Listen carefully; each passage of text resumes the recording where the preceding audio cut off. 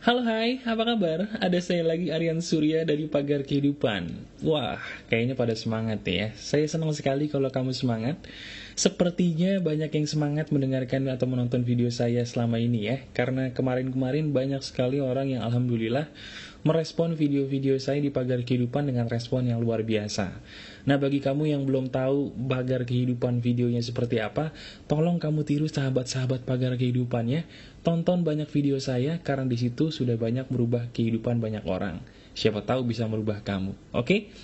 Ngomong-ngomong soal merubah kehidupan, materi yang akan saya bahas kepada kamu kali ini teman-teman juga adalah materi yang berhubungan dengan perubah kehidupan. Ya, betul. Saya senang sekali kalau saya bisa memberikan inspirasi buat kamu yang dengan izin Tuhan insya Allah bisa merubah hidup kamu ke arah yang lebih baik. Kali ini saya terinspirasi kembali dengan cerita kisah dari temannya teman saya, yang mana hanya dengan melakukan dua kata ini, dua tingkah laku yang spesial ini, hidupnya bisa berubah total. Ya, saya akan memberikan judul audio atau video ini dengan judul dua kata ajaib perubah nasib kehidupan. Wih, mantap ya.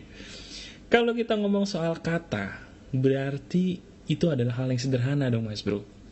Betul. Hidup ini sebenarnya sederhana. Hidup ini sebenarnya simple. Cuman kebanyakan orang juga termasuk kamu mungkin suka meribetkan hal yang sebenarnya sederhana atau simple. Hal yang akan saya bahas kali ini adalah hal yang berhubungan dengan dua kata ajaib yang akan merubah hidup kamu. Izinkan saya membahasnya satu persatu ya. Dalam hidup ini teman-teman, semuanya itu sebenarnya penuh misteri. Jawaban dari setiap misteri kehidupan sebenarnya ada dalam satu titik, yaitu titik yang berhubungan dengan hukum cinta kasih.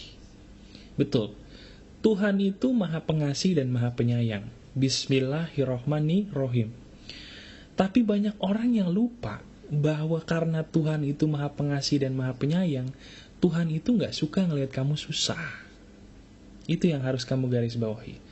Dan semua hukum yang terjadi di semesta alam ini, semuanya dilandasi hukum kasih dan sayang.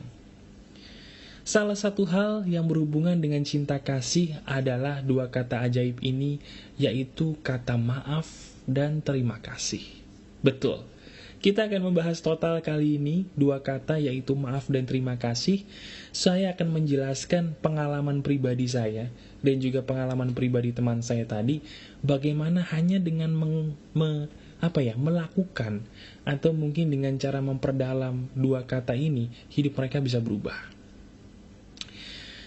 Teman-teman, saya nggak tahu kehidupan kamu sekarang seperti apa dan bagaimana. Cuman saya tahu betul kalau hidup kamu banyak masalah, masalahnya cuma satu.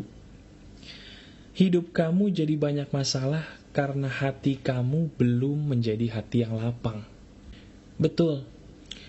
Kalau kamu mau menerima keajaiban, kamu harus tahu bahwa keajaiban itu akan selalu datang kepada orang yang berhati lapang. Nah, untuk bisa orang itu memiliki hati yang lapang, teman-teman, orang itu harus sudah bisa memaafkan siapapun. Sekali lagi, siapapun yang pernah menyakiti dia. Nah, saya tahu bahwa gak gampang untuk memaafkan orang. Saya pun pernah mengalami situasi seperti kamu, teman-teman. Mungkin mengalami sakit hati oleh orang yang menyakiti kamu, padahal kamu mungkin sayang dengan dia, kamu cinta dengan dia, atau mungkin kamu merasa sudah percaya dengan dia, tapi kamu dikhianati oleh dia, dizolimi sama dia. Saya tahu, teman-teman, perasaan seperti itu. Dan saya pun paham betul bahwa maaf itu gampang, tapi untuk bisa memaafkan total itu susah. Nah, sekarang tugas saya sebagai sahabat yang ada di samping telinga kamu adalah saya ingin memberikan kamu cara termudah untuk kamu bisa memiliki hati yang lapang dengan cara memaafkan orang yang mungkin sampai detik ini belum bisa kamu maafkan secara total. Caranya mudah. Cara ini biasa saya lakukan dan terbukti alhamdulillah puji Tuhannya berhasil. Cara yang paling efektif teman-teman untuk bisa memaafkan orang yang menyakiti kamu adalah dengan cara betul, mendoakan dengan doa yang tulus. Waduh mas bro, lo gila, masa gue disuruh doain orang yang nyakitin hati gue? Nggak gampang, betul nggak gampang. Justru karena nggak gampang, di luar sana lebih banyak orang yang hatinya penuh penyakit dibandingkan hatinya yang lapang. Karena di luar sana orang yang hatinya lapang dikit, makanya keajaiban hanya berlaku bagi orang-orang yang sedikit, yaitu orang-orang yang berhati lapang tadi. Ya, sekarang gini, saya akan mengajarkan kepada kamu bagaimana cara mendoakan orang yang menyakiti kamu dengan cara yang terbaik. Sekarang kamu ikuti saya ya. Dimanapun kamu saat ini, sekarang saya mohon kamu kalau bisa pejamkan mata. Betul, pejamkan mata kamu dengan tujuan supaya kamu bisa membayangkan lebih mudah ya kalau memejamkan mata ya. Kamu pejamkan mata, sambil kamu memejamkan mata, saya minta tolong sama kamu, pikirkan orang yang sudah menyakiti kamu tadi. Pikirkan wajahnya, saya hanya minta tolong kamu pikirkan wajahnya. Dan kamu pikirkan juga hal yang sudah dia pernah lakukan sama kamu yang membuat kamu jadi sakit hati, kecewa berat, bahkan cenderung marah. Pikirkan wajahnya dan pikirkan hal yang bisa membuat kamu jadi kecewa, sakit hati oleh karena perbuatan dia. Pikirkan itu. Bagaimana perasaan kamu sekarang? Mungkin kamu marah, mungkin kamu jadi kesel, mungkin kamu yang tadinya udah reda jadi berapi-api lagi, pengen nelpon dia, pengen ngeledekin dia, dasar kunyuk loh. Mungkin begitu ya. Nah, ketika kamu lagi kesel, saya minta tolong kamu membayangkan satu aja perbuatan baik yang pernah dia lakukan sama kamu. Pikirkan satu aja, nggak usah 10, satu. Karena kamu tahu atau enggak, seburuk-buruknya orang yang pernah hadir dalam hidup kamu, pasti dia pernah melakukan paling enggak satu perbuatan baik sama kamu. Betul? Sekarang kamu pikirkan perbuatan baik apa yang masih bisa kamu ingat yang pernah dilakukan orang yang menyakiti kamu tersebut. Pikirkan perbuatan baiknya. Pikirkan dengan jelas. Pikirkan dengan jelas. Sudah? Ketika kamu memikirkan perbuatan baik yang pernah dia lakukan sama kamu, teman-teman, kamu sadar nggak bahwa dia sebenarnya sama seperti kamu? Yang mana kamu pun nggak mungkin sempurna melakukan perbuatan baik 100% dalam hidup ini. Nggak mungkin. Sesempurna-sempurnanya kamu, teman-teman, pasti pernahlah kamu kepleset sekali, 2, 3 kali menyakiti orang lain. Betul? Nah, bagaimana nasib orang lain yang secara tidak sengaja kamu sakiti itu? Apakah dia bisa menerima perbuatan buruk kamu? Belum tentu. Ya kan, belum tentu. Tapi, yang harus kita sadari teman-teman, kamu, orang yang menyakiti kamu, dan orang yang jadi korban kamu sakiti, pernah gitu ya. Kamu bertiga nih orang-orang yang sama-sama manusia. Artinya, pernah memiliki kekilafan. Betul? Nah, kalau kamu sudah menyadari orang yang menyakiti kamu ini adalah manusia sama seperti kamu yang pernah khilaf, sekarang kamu sadari, bukankah tidak ada gunanya perasaan dendam dan marah kamu dengan dia? Coba, kamu rasakan. Nah, sekarang kamu ambil nafas, dan kamu buang. Udah mulai lega. Udah mulai lega ya. Kenapa? Karena kamu sudah mulai menyadari bahwa ternyata pikiran kamu yang mulai berlebihan selama ini. Oke? Nah, sekarang, kamu lakukan yang nomor 2.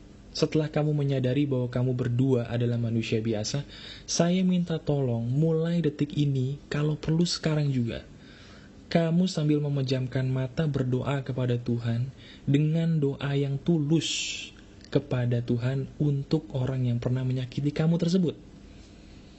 Doanya gimana mas bro? Doanya doakan semoga dia diberikan kebahagiaan, diberikan kesadaran, dan diberikan jalan kehidupan yang penuh dengan keceriaan, dan katakan kepada Tuhan, Tuhan, saya sudah mengampuni dia, dan Tuhan, saya sudah memaafkan dia, dan Tuhan, saya ikhlas.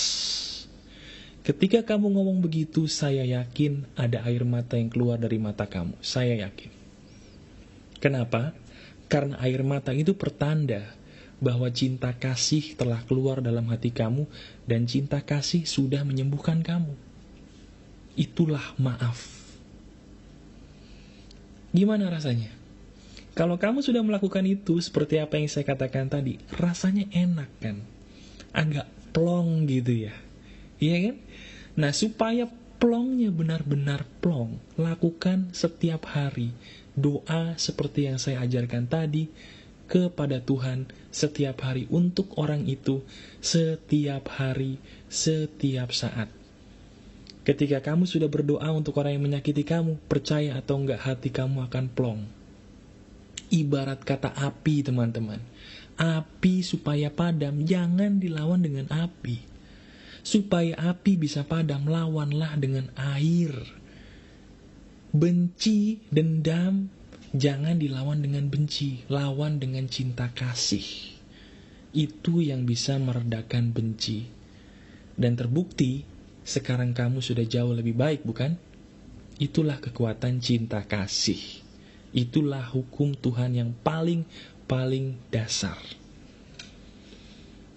Dari satu kata maaf saja, kamu sekarang sudah luar biasa rasanya. Saya belum mengajarkan yang kedua, yaitu kata terima kasih, teman-teman. Kata terima kasih ini juga sama dahsyatnya. Kita masuk kata kedua, terima kasih. Kebanyakan orang, teman-teman, termasuk kamu, selalu melihat dunia itu jauh ke atas. Selalu kamu secara tidak sadar menginginkan hal-hal yang dimiliki oleh orang lain. Kamu lagi jomblo, ngelihat teman kamu punya pacar, kamu iri. Kamu punya pacar, ngelihat teman kamu jomblo, kamu iri. Kamu belum punya mobil, ngelihat teman kamu punya mobil, kamu iri. Kamu punya mobil, ngelihat teman kamu bebas naik kendaraan umum, kamu iri. Selalu ada hal yang membuat kamu jadi iri. Padahal, hal yang paling bisa membuat kamu puas, dengarkan baik-baik ya, hal yang paling bisa membuat kamu puas seketika juga adalah kata terima kasih. Sekarang, saya minta tolong kamu praktekkan satu hal ini. Kamu lakukan sekarang juga. Sekarang kamu ucapkan kata terima kasih. Bareng saya ya. 1, 2, 3. Ucapkan terima kasih. Coba katakan, terima kasih. Coba, enak ya? Kalau kamu ikut mengatakan juga sama seperti saya, mengucapkan terima kasih aja tuh rasanya plong gitu. Padahal kita nggak tahu apa yang diterima kasihin kan? Benar nggak? Coba ucapkan lagi, terima kasih. Enak ya? Sekarang kamu sambil merem lagi, sambil memejamkan mata lagi, kamu bayangkan hal-hal yang sudah kamu miliki. Mungkin bagi kamu yang sudah memiliki pasangan, kamu bayangin muka pasangan kamu pikirin kebaikan pasangan kamu katakan, terima kasih Tuhan karena saya memiliki pasangan yang baik. Katakan, ucapkan. Bagi kamu yang sekarang masih punya orang tua yang masih hidup, kamu katakan sambil ngebayangin orang tua kamu, terima kasih karena orang tua saya masih hidup. Bagi kamu yang masih sehat, belum divonis apa-apa sama dokter, kamu bayangin kesehatan kamu, nikmatnya, sambil kamu mengatakan, terima kasih Tuhan, saya sehat, rasanya enak. Terus, bayangkan hal-hal yang kamu punya saat ini. Kalau perlu, kamu bayangkan dengan detail, apa sih yang saat ini ada di depan mata kamu? Di mana kamu sekarang? Kamu punya rumah. Kamu ucapkan, terima kasih Tuhan, saya masih punya rumah, saya tidak perlu tidur di kolong jembatan. Terima kasih. Jangan lupa ucapkan terima kasih ketika kamu bersyukur, karena kata terima kasih inilah yang akan membuat efek berbeda bagi jiwa dan hati kamu. Praktekkan deh. Coba.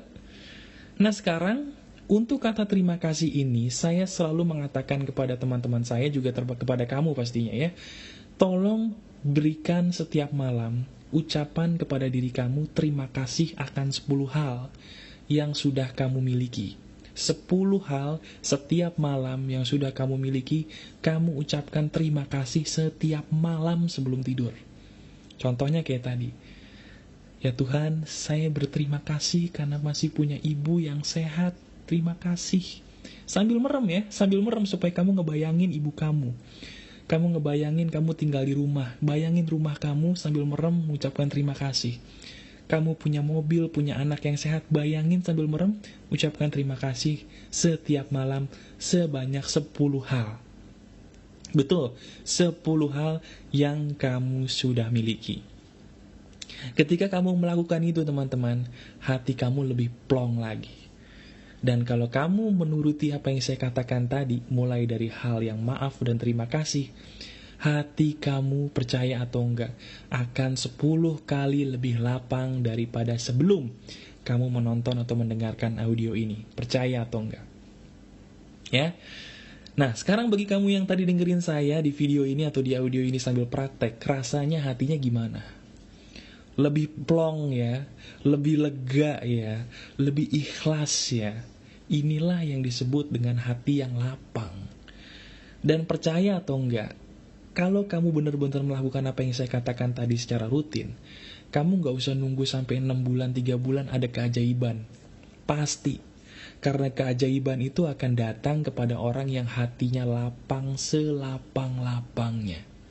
Pertanyaannya adalah, apakah hati kamu saat ini sudah lapang? Jika belum, lakukan apa yang saya ajarkan tadi. Dan jika memang sudah, sebarkan video dan audio ini supaya banyak orang di luar sana bisa mengalami hal yang seberuntung kamu. Oke? Praktekkan itu semua dan rasakan bedanya menjadi manusia yang berhati lapang.